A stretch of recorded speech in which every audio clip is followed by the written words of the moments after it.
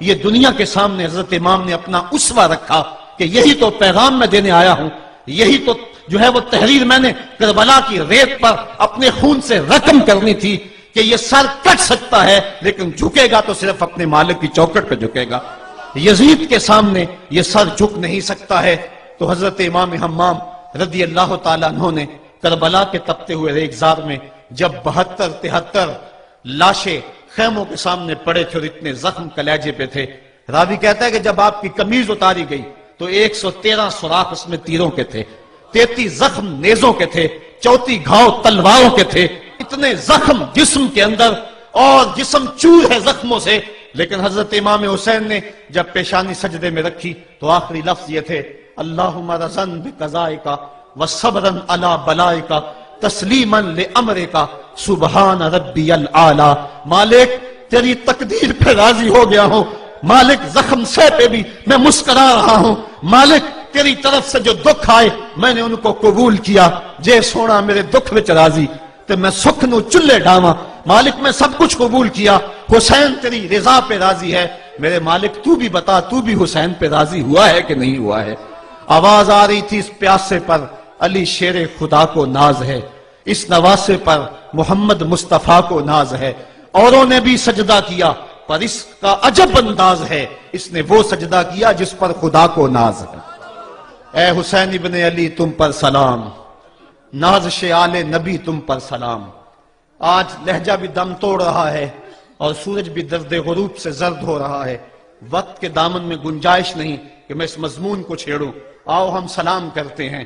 یہ سورج سامنے چمک رہا ہے، میں یہاں بیٹھا سوچ رہا تھا کہ ہم نے تو نہیں دیکھا، اے سورج دوپہر کا وہ منظر تم نے تو دیکھا تھا جب کربلا میں حسین کا سر کٹا تھا، جب گھر لٹا تھا، جب خیموں کو آگ لگی تھی، جب سکینہ رو رہی تھی اور جب گھوڑا خالی پلٹا تھا اور سکینہ پوچھتی تھی گھوڑے تو خالی آ گیا ہے، حسین کہاں چھوڑ آیا ہے۔ آج یہ سورج یہ چمک چمک کے وہ ہمیں کہانی سنا رہا ہے اور ہمیں پیغام دے رہا ہے کہ نبی کے نام پہ حسین نے تو سر کٹا دیا، آج تم کہتے ہو دین پہ چلنا بڑا مشکل ہے، تم شور ڈال رہے ہو، جن کے لیے مسجدوں میں قالین بچھے ہوئے ہیں، گرم پانی دستیاب ہے اور ان کے لیے مسجدوں میں آسائشیں موجود ہیں، اور پھر بھی وہ کہتے ہیں دین پہ چلنا بڑا مشکل ہے۔ ذرا دیکھو حسین ابن علی کو، سجدے میں سر رکھ کے، پیشانی رب کے حضور رکھ کے حسین ابن علی کہہ رہے ہیں مالک میں سر کٹا کے بھی تیرے حضور حاضر ہوں اور تجھ پہ راضی ہوں، تو بھی بتا کہ تو بھی حسین پہ راضی ہے یا نہیں ہے۔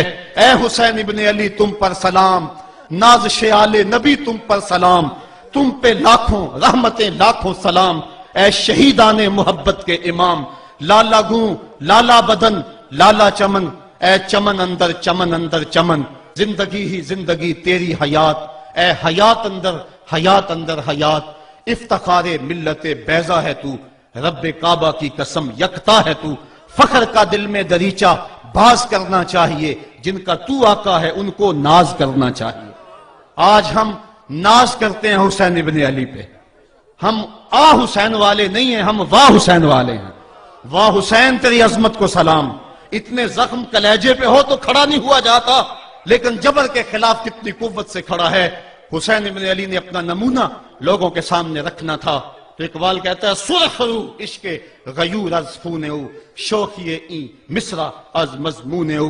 یزید مٹ گیا، یزید کا نام مٹ گیا، اس کا تشخص مٹ گیا، حسین کل بھی زندہ تھا، حسین آج بھی زندہ ہے۔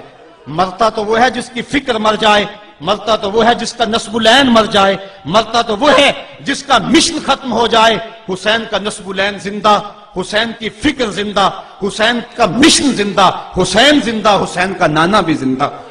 آج بھی ہزاروں کروڑوں اربوں انسان حسین کا نام لے کے جی رہے ہیں۔ میں کہتا ہوں اگر کوئی یزید کا نام بھی لیتا ہے تو وہ سر جھکا کے دیتا ہے۔ کیسا تمہارا لیڈر ہے جس کا نام لیتے ہوئے بھی تمہیں شرم آتی ہے؟ نام لینے سے پہلے سر جھکاتے ہو، نام لیتے ہوئے پسینہ پسینہ ہوتے ہو، نام لینے کے بعد منہ چھپا لیتے ہو۔ تمہیں اپنے قائد اور اپنے لیڈر کا نام لیتے بھی شرم آتی ہے، اور جب ہمارے لبوں پہ نام حسین آتا ہے ہمارا قد اونچا ہو جاتا ہے، ہمارا سر فخر سے بلند ہو جاتا ہے۔ فخر کا دل میں دریچہ باز کرنا چاہیے، جن کا تو آقا ہے ان کو ناز کرنا چاہیے۔ تو حسین ابن علی نے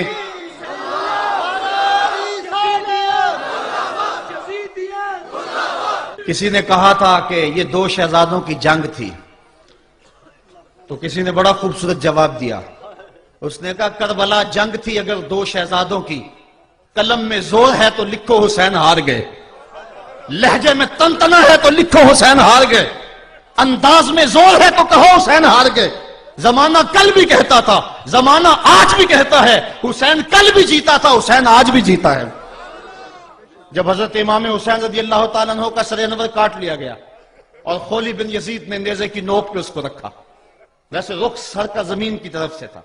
کسی نے کیا خوب کہا، باں کے سر نیزے پہ اور سوئے زمین ہے روح، یعنی سجدہ ثانی کی ہے آرزو. رکعت کے دو سجدے ہوتے ہیں، ایک سجدہ ہوا تھا کہ سر انور جدا کر لیا گیا، جب نیزے کی نوک پہ تھا سر تو رخ زمین کی طرف سے تھا. شاعر کہتا ذرا غور سے دیکھو سر حسین کیا کہہ رہا ہے.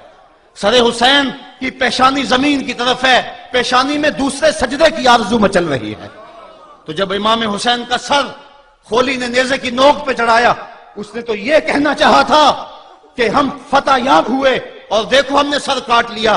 کسی نے کہا ذرا غور سے دیکھو، یہ تو سر کٹ کے بھی سر بلند ہے، یہ سر کٹ گیا پھر بھی سر بلندی نہیں گئی ہے، اس کا بانکپن پھر بھی نہیں گیا ہے.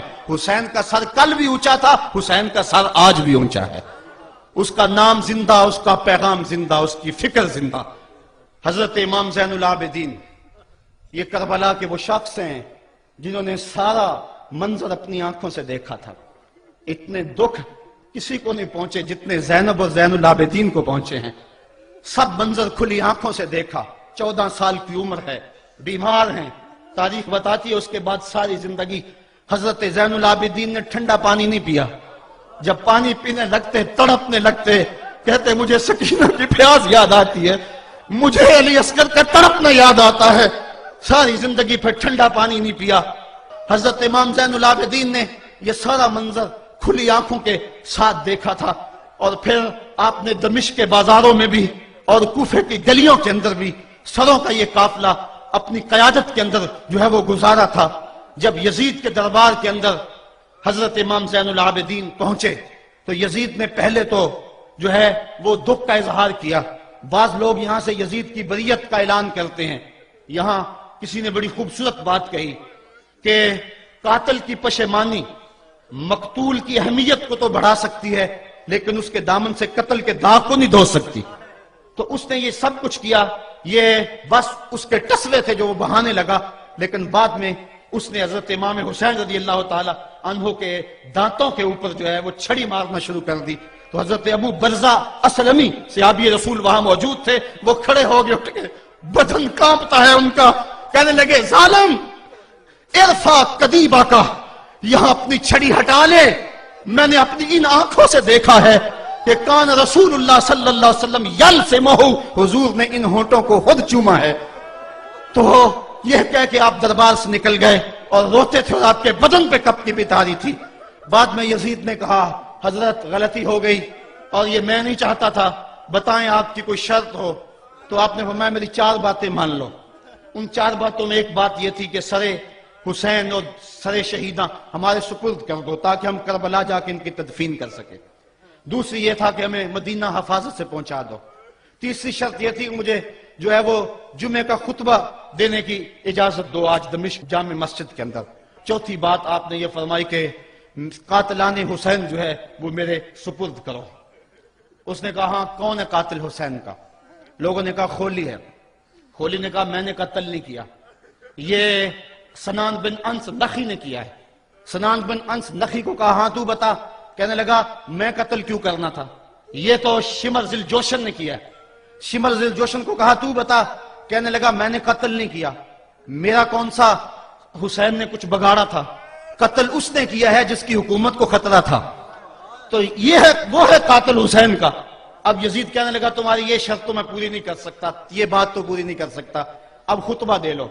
اب حضرت امام زین العابدین خطبہ دینے کے لیے کھڑے ہوئے.